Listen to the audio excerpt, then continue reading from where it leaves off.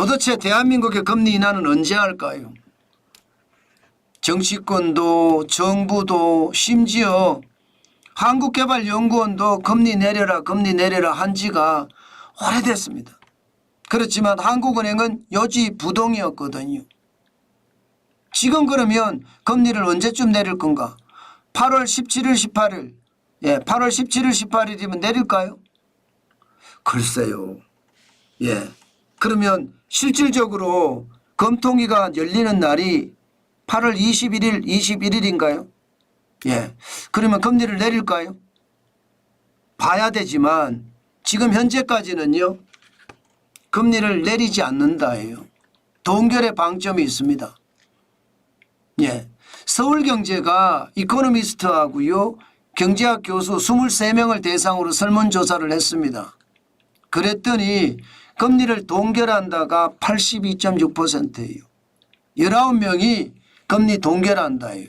금리 인하에는 17.4%, 4명이 금리 인하한다에 동의를 했습니다. 왜 금리를 인하 못하느냐? 왜 못하느냐? 부동산 때문에 못한다. 부동산 가격이 지금 난리도 아니니 금리 인하하기가 쉽지 않다. 52.6%입니다. 가계부채가 너무 많다. 21.1%입니다. 수요 규제 없이는 이게 도움이 안 된다 하는 게 14.3%고요. 금리 인하 여건 조성이 제대로 안 됐다 이 말이죠. 9.5%.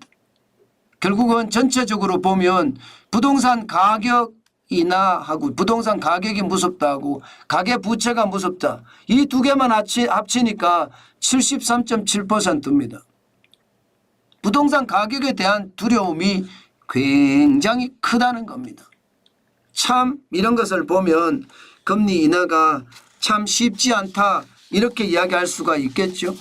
아마도 말입니다. 집값은 지금 워낙 불안하니까 금리 인하에 대한 수순이 쉽지 않습니다. 사실 제가 여러분들에게 말씀을 드렸지만 한국은행의 금리 인하 시기는 놓쳤습니다. 실기를 했다는 거예요. 집값이 오르기 전에 미리 금리 인하를 하고요.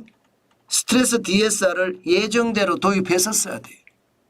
스트레스 DSR을 2단계 7월부터 도입한다고 해놓고 이거 9월로 미뤘거든요. 금리는 인하하지 않았고요. 이런 상태에서 말입니다. 여러분. 시장에는요. 결국 부동산 가격이 폭등할 수밖에 없었고 그 폭등이 지금 금리 인하를 하지 못하는 그런 최악의 상황으로 몰렸다 이렇게 생각합니다. 결국 3.5%의 금리는 8월에는 인하를 못할 거고 그러면 미국이 어떻게 하느냐에 따라서 다르다는 거 아니에요. 미국이 어떻게 하느냐에 따라서 10월에 인하한다. 이게 시장의 지배적인 이야기입니다.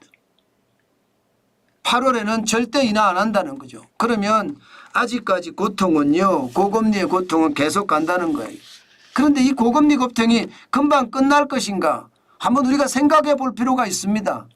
지금처럼 미국의 경제가 나홀로 호황이다 이렇게 계속 간다면요. 미국도 금리 인하가 쉽지 않습니다. 지금 5.5%의 금리 동결시켜 놓고 있거든요. 이건 말입니다. 9월에 0.25% 내린다 0.5% 내린다 두 가지가 팽팽합니다. 스몰 컷이냐 빅컷이냐를 가지고 계속 고민한다는 뜻이에요. 아마 빅컷을 한다면 저는 시장에 굉장히 충격을 줄 수도 있다고 생각을 합니다. 그만큼 침체가 깊어졌다는 의미니까요. 저는 여러분 금리 인하 때 항상 경기 침체가 왔었거든요. 저는 그거 굉장히 신중하게 봐야 된다고 봅니다. 자칫 말입니다. 물가가 이게 고공행진을 하는 와중에 금리 인하라는 카드를 선택을 했는데 그게 부작용이 난다고 쳐요. 다시 말해서 금리를 인하를 했는데 물가는 더는 내려가지 않고 다시 올라가기 시작한다고 쳐요. 그랬을 때 시장에 주는 쇼크는 굉장히 클 겁니다. 저는 그것도 생각을 해야 된다고 봅니다. 우리 시장도 마찬가지잖아요. 부동산 가격이 그래서 문제라는 거 아니에요. 금리를 내리고 싶지만 내리면 부동산 가격이 더 올라가는 것. 그것 때문에 무섭다잖아요. 지금 미국하고 우리하고 금리 차가 지금처럼 가면요. 지금처럼 가면 더 많이 벌어질 수도 있다 이렇게 생각은 합니다. 더 많이 제가 왜 벌어질 수도 있다고 이렇게 이야기를 하나 하면요. 자칫 말입니다. 자칫 예, 금리를 내릴 시기가 아닌데 금리를 잘못 내려서 그에 대한 충격파가 올 수도 있다는 그런 이야기입니다. 물론 안 그럴 가능성이 많지요. 지금까지는. 뭐 지금까지 대세적인 것은 미국도 금리 인하 우리도 금리 인하예요. 그런데 미국은 많이 인하 우리는 적게 인하 이렇게 갈 수도 있으니까 뭐 금리 격차가 2%포인트가 나는데 이것은 계속 유지할 거다. 뭐 그렇게도 이야기는 합니다. 그렇지만 우리가 한 번쯤은요 생각을 해봐야 됩니다. 예, 2대 시장인 중국 시장도 망하고 3대 시장인 유럽 시장도 심상치 않습니다. 이런 상태에서 어떤 일이 벌어질까 우리는 고민하고 또 고민해야 되는 것 반드시 말씀드립니다. 정관진 TV를 보시면서 여러분들이 한 번쯤 생각을 해보면 더 좋은 그런 방안들도 많이 나오지 않을까 싶습니다. 다시 한번 말씀을 드리지만 미국과 한국의 금리차가 더 벌어지는 것은 굉장히 충격적인 쇼크가 올 거고요. 벌어지지는 않을 거라는 건 대세입니다.